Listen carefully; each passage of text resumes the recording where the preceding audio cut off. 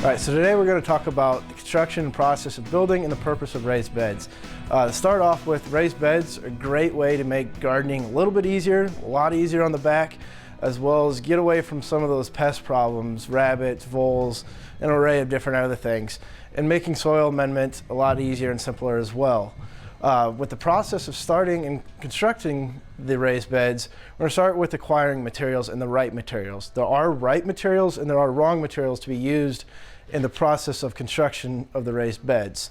Since these are going to be in contact with the ground and soil, moisture, and environment 24/7, they have to be able to last through that process.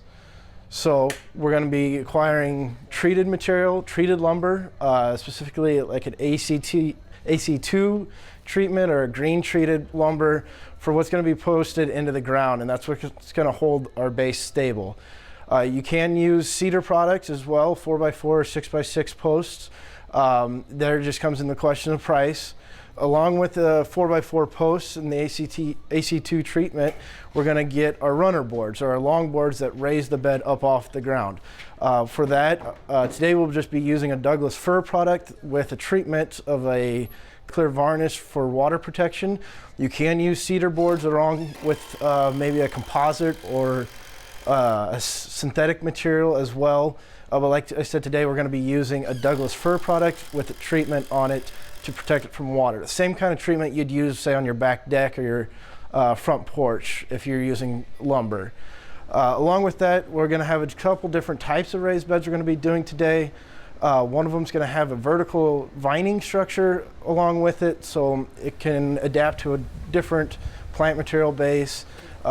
We'll have one that has a hoop structure, so we can actually put some polyurethane plastic over the top of it and get those plants started a little bit earlier in the season, and then possibly even stay a little bit later in the growing season as well. And then we're just going to have your classic raised bed along with that.